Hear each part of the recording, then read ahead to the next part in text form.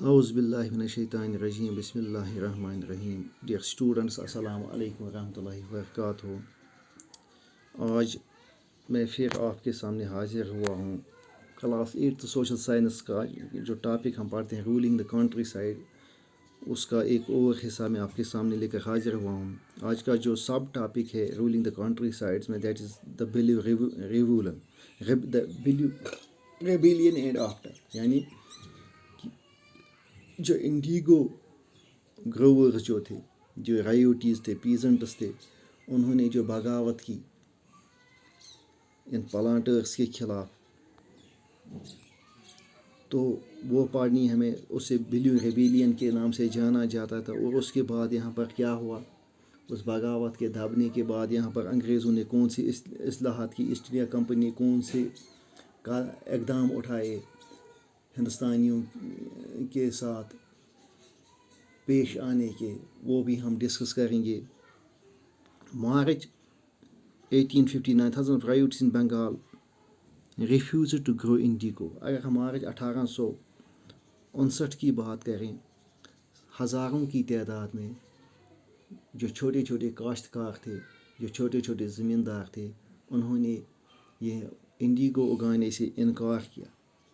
اب وہ انڈیگو نہیں اگانا چاہتے تھے. ایز دا ریبیلین اسپریڈ، جوں جوں یہ لڑائی پھیل گئی، جوں جوں یہ بغاوت پھیلتی گئی، رائیوٹس ریفیوزڈ ٹو پے رینٹس دا پلانٹرس. اب یہ جو رائیوٹیز تھے، جو دوسروں کے کھیتوں کو کرایہ پر لے کر کام کرتے تھے، انہوں نے پلانٹرس کو ان کی کھیتوں کا کرایہ دینے سے انکار کیا اور حملہ کیا. اور اٹیگو انڈیگو فیکٹریز، جو انڈیگو کے جو کارخانے تھے بنگال میں، ان پر حملہ کیا.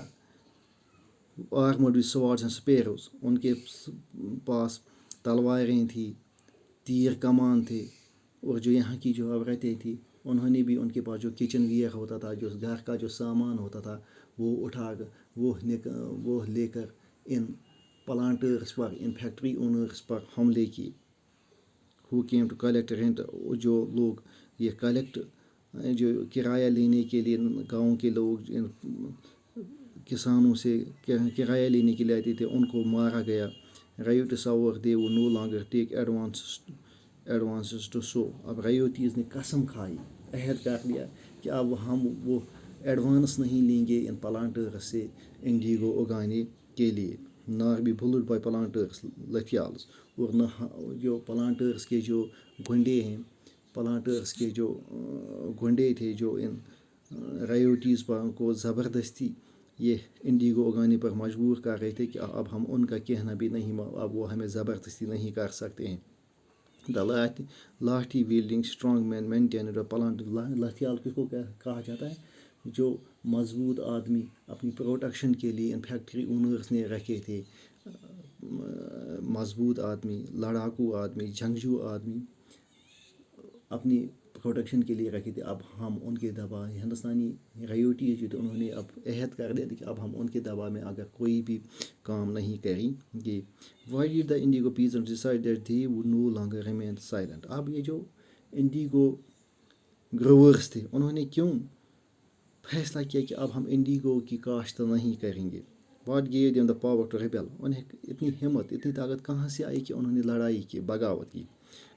کلیئرلی مانے صاف طور سے. The indigo system was intensely oppressive. یہ جو انڈیگو سسٹم تھا وہ اوپریسو تھا، وہ ظالمانہ نظام تھا. For those who oppressive do not always rise up in rebel. لیکن ہمیشہ جن پر ظلم ہوتا ہے، وہ ہمیشہ بغاوت پر نہیں اتر آتے تھے. They do so on at, وہ کبھی کبھار ایسا کرتے ہیں. In 18, the Indigo riots felt that they had the support of locals and village headmen in their rebellion against the planters.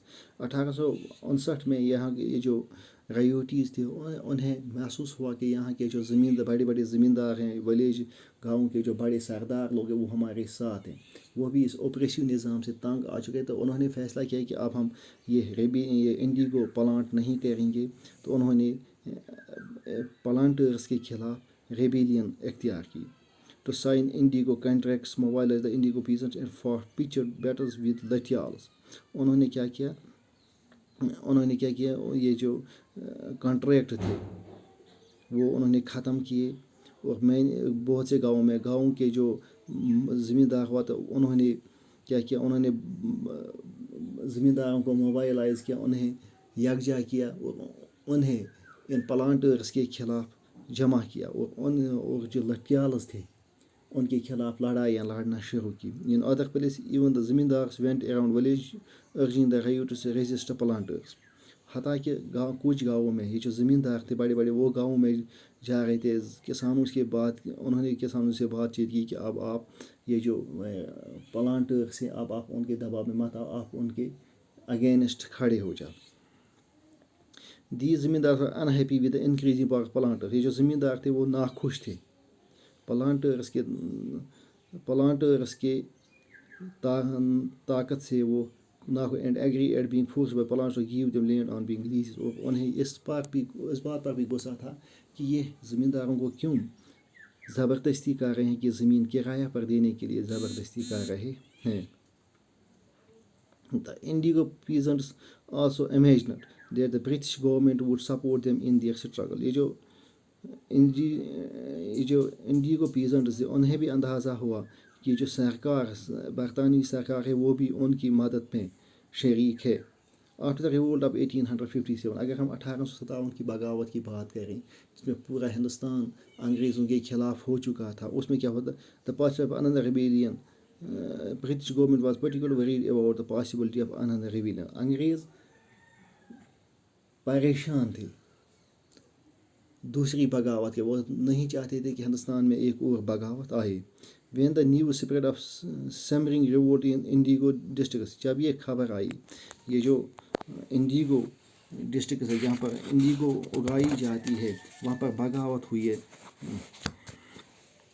The lieutenant governor toured the region in winter of 1850. وہ جو lieutenant governor تھا بنگال کا, اس نے اس علاقے کا دورہ کیا. The rioters saw the tour as a sign of government sympathy for. یہ جو رائٹیز تھے, جو زمیندار تھے, انہیں لگا کہ یہ سرکار کی طرف سے ان کے لیے ایک ہمدردی کی ایک نشانی ہے. وین ان برسات, جب برسات میں, the magistrate actually issued a note stating that rioters would not be compelled to accept indigo contracts. ایک حاکم تھا, اس کا نام تھا ایشلی ایڈن, اس نے برسات کے موسم میں ایک نوٹس جاری کیا. اس میں لکھا گیا کہ اب آپ کسی بھی رائوٹی کو انڈیگو کلٹیویشن کا کانٹریکٹ سائن زبردستی اس پر دستخط نہیں کروا سکتے ہو. Victoria had declared that indigo needed not be so. Eden was trying to palliate the peasant and control an explosive situation, but this action was read as support of the rebellion.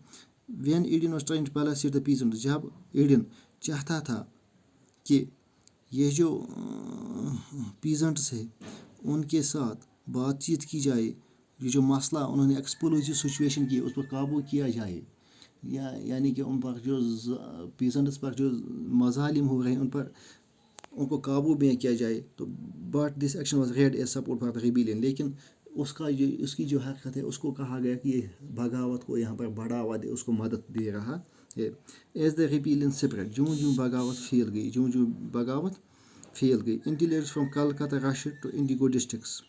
یہ جو کلکتہ کے جو پڑھے لکھے لوگ تھے, intellectuals تھے, وہ ان انڈیگو اضلاع میں گئے.